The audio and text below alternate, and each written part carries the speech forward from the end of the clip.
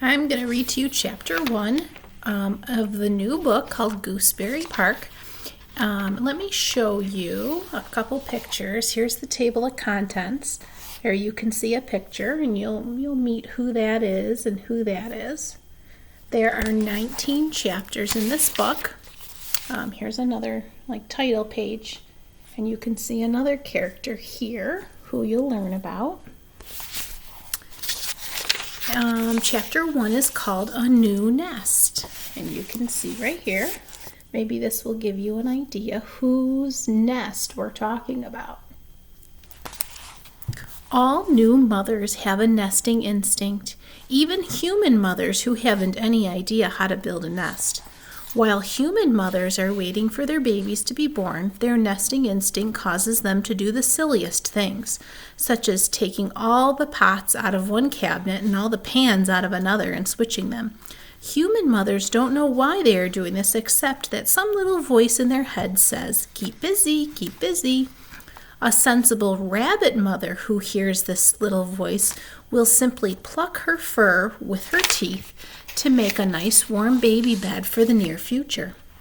But a mixed-up human mother will still wander about her kitchen switching her cabinets for no reason at all. Thus, it was a good thing that Stumpy was a squirrel. She knew a nesting instinct when she felt one, and she knew what to do about it. For many days now, every part of her red squirrel body had been shouting, "Keep busy, keep busy." And was she ever keeping busy?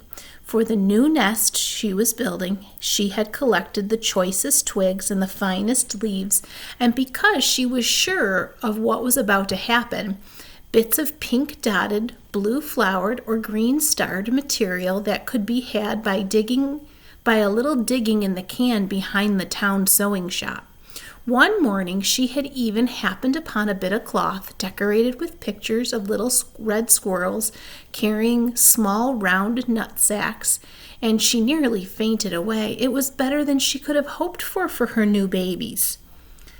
And new babies indeed were what she was about to have. Babies to love, to keep clean, to bring up close against her fur in the dark night.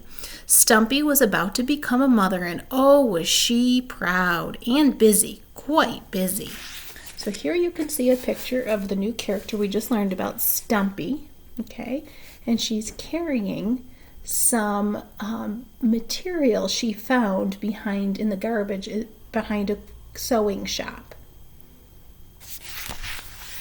Carefully, she lined her new nest with the twigs and leaves and bits of beautiful cloth.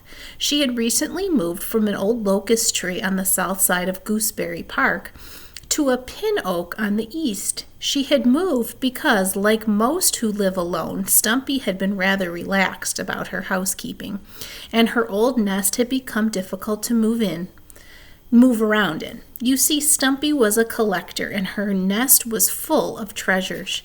She had tremendous energy, and after she had found as many acorns and pine cones as could be eaten by one little squirrel, she burned up the rest of her energy by collecting. Stumpy collected these things: tabs from soda pop cans, empty yogurt cups, gum wrappers, coins, ice cream sticks, straws, feathers, pretty pebbles, little balls lost by children, nuts, bolts, screws, tacks, twist ties, rubber bands. Her most beautiful treasure of all, though, had been a lovely watch that glowed in the dark. 2 winters ago she found it lying on top of a picnic table. She took it to her nest and didn't realize until the evening what a marvel it was. As darkness came, the watch began to shine, and Stumpy's nest became bathed in a soft green light. Animals who passed at night were drawn to it. Everyone came to see it, and good news spread far and wide of the glow-in-the-dark nest in Goosebery Park. There you can see Stumpy. It's inside her nest. There's the glow-in-the-dark watch that glows at night and the other animals that came to see it. Stumpy really sounds like another character in Charlotte's Web. See if you can think of what character Stumpy is the same as. I'm thinking of how she's a collector and likes to gather things. Think of who that character could be. Unfortunately, the news spread too far and too wide. Someone came one day and stole that watch from Stumpy's nest. Stumpy never found it again, though for weeks she sat high in her tree at night and looked out over the park, hoping to see that soft green glow. She never did. Still, Stumpy had other treasures. In fact, too many treasures, and her collection had gotten all out of control. Stumpy knew that no self-respecting mother of several young children could have her babies sleeping among wood screws and twist ties. So she found a new tree and built a clean nest and organized her collection to give plenty of room for her babies. Her friend Kona would be proud of her house cleaning. Each time she collected something new, Kona would say to her, "Stump, you've got too many things." And she would answer, "Not things, treasure." And Kona would say, "Stump, my own Professor Albert has a chess set crafted in pure silver, and a crystal punch bowl, and a set of Limoges china. That's treasure." Well, what could a Labrador dog know about treasure anyway, thought Stumpy.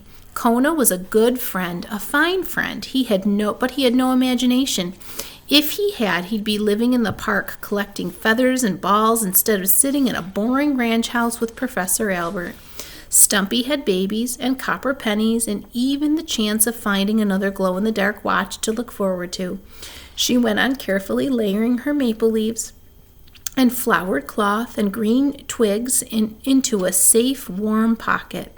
Her friend Kona might not regard gum wrappers and ice cream sticks as treasure, but Stumpy knew the noble dog would not mistake the priceless value of a new life in the tall pin oak tree.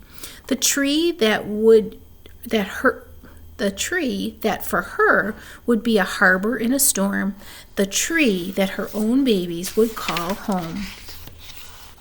All right, and the next chapter is chapter 2, called Night Talk.